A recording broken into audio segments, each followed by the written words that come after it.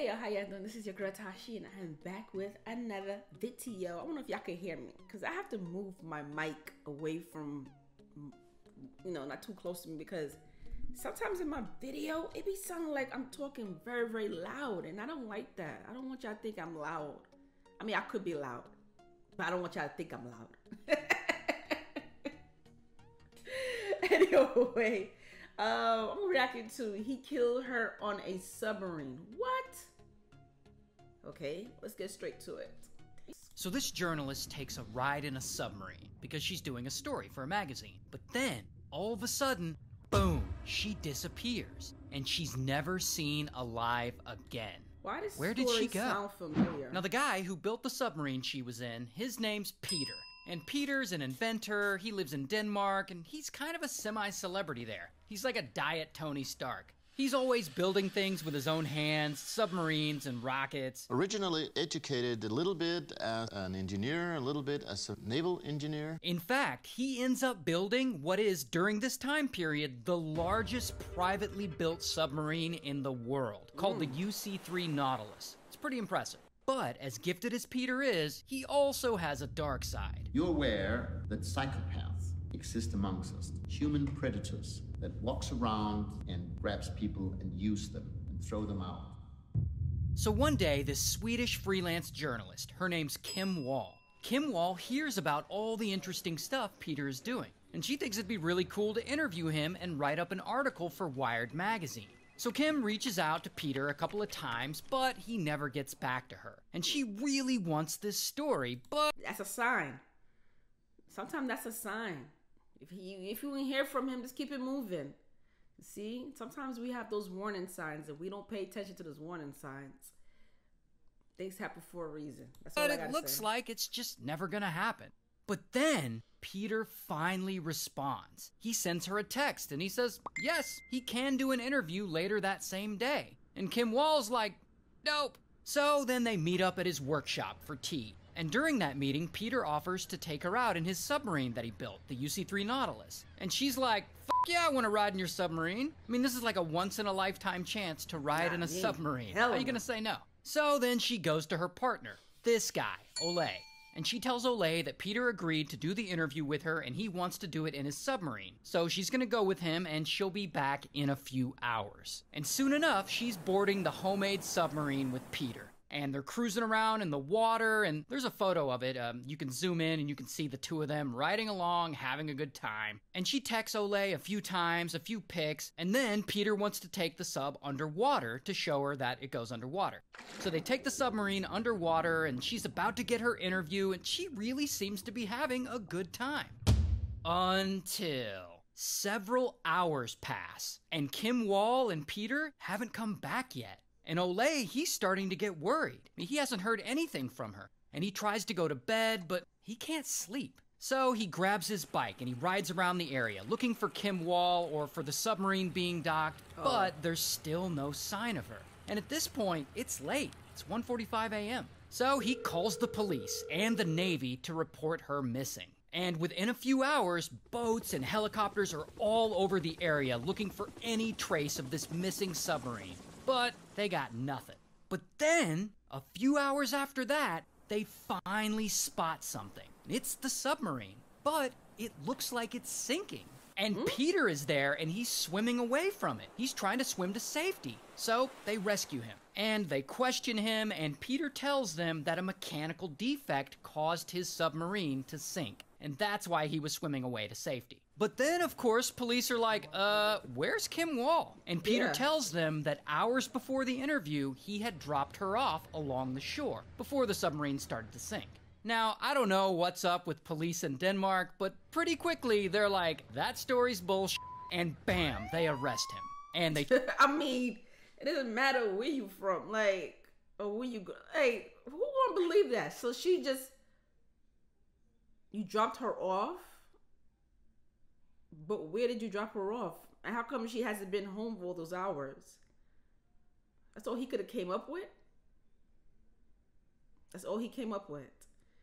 Why you even risk your life, your whole life to do something to someone? Charge him with involuntary manslaughter for unaliving Kim Wall. The next day, he appears in court. And in court, he changes his story. He tells the court that he didn't actually drop Kim Wall off along the shore. Instead, he says she actually died inside the submarine, but that her death was a total accident. He claims that she was climbing up the hatch and that he accidentally dropped that hatch on her and it struck her in the head, and from that, So she where's her died. body? Then he says he then panicked and that he didn't call the police because he didn't want to get in trouble, but instead he dragged her out of the submarine and he tossed her body in the ocean. So basically, he says the whole thing was an accident and he was just worried about getting in trouble. But then, 10 days later, a man is riding a bike around on a small island out near where the submarine sank. When suddenly, boom, he spots something. Something washed up on the shore. And when he goes to check it out, it's a human torso. Kim Wall's torso. And this torso had been stabbed 15 times. Oh, God. Yo, this person is he's not even human at this point. You are the demon. You are a wicked man. Yo, people they don't care about human life at all. Why would you do that to that poor woman? That poor innocent woman. Like, why? What's the reason? Well, because you that bored? The money that you have, I'm assuming he's rich because he has money to do all this. You risk your life to do this? What are you getting out of this?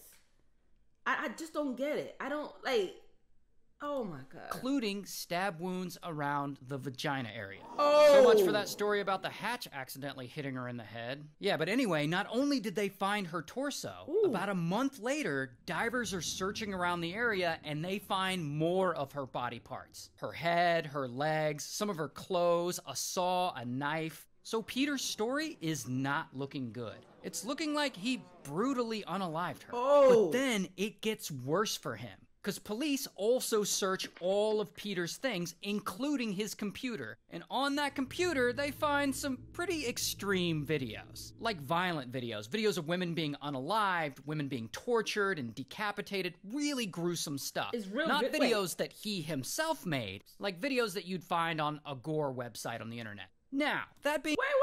What do you mean? Like, what kind of... Wait. These are real videos? Or these is like TV shows, movies, clips, or something?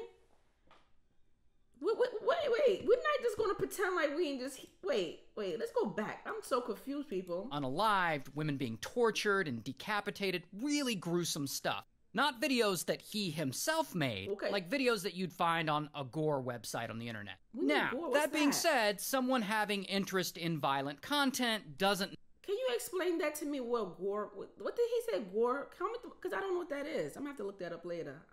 Necessarily make them a murderer. But in this case, it does feed into the narrative that he brutally unalived Kim Wall. Okay, so then Peter changes his story again. Now he says she actually died of carbon monoxide poisoning, and that he panicked and tried to get rid of the body, but that he didn't actually unalive her himself. And of course, this is like the third story How many times are you going to keep changing the story, sir? After the second story, that's it. You're going to jail. I don't want to hear no more about this. You're going to prison because he's given, so no one is buying it. Bro is full of shit. So then that leaves the question.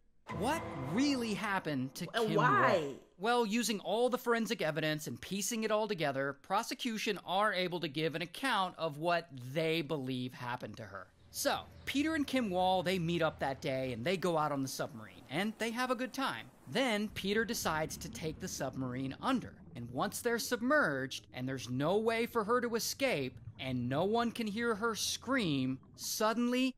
bam! He attacks her, and he overpowers her, and then he ties her up where she can't move. And then he tortures her, and he essays her. Then he gets his knife, and he stabs her, and then he either strangles her, or he cuts her throat and unalives her. Then he cuts her into pieces with a saw he had brought aboard, and he dumps those pieces in the ocean. And then he intentionally sabotages his own submarine and tries to sink it to hide any sign that a murder took place on it. That's why his submarine was sinking when they found him. So then you have to ask, why did he do it? Why did he suddenly unalive this journalist he had risk your just whole met life? a few hours Why? before? Why? Well, prosecutors argue that based on the collection of gruesome videos they found on his computer, he did it to fulfill some kind of weird sexual fantasy. Other than that, we don't really know. Maybe he's just a plain old psychopath. You're aware that psychopaths exist amongst us. So anyway, Peter's manslaughter charge is changed to a murder charge, and he's found guilty, and he's sentenced to life in prison. Good riddance. And here's what he looks like in real life. Should have got death and penalty. Yeah, I'm telling you, this is it's sad because we live in a world where we're surrounded by people like that. There's a lot of him in this world. And it's so sad because poor thing, she probably didn't think that something like that would happen to her. Like, you wouldn't even think in a million years, because you're thinking like, this man, he ain't not gonna do that, because you're thinking, you know, he's a rich man, he's built something, she wants to interview him, and she would never thought, I know in her head she didn't think that there's a chance that this man's gonna murder me in here, you know. And it's sad, just sad that there was no one there to be with her.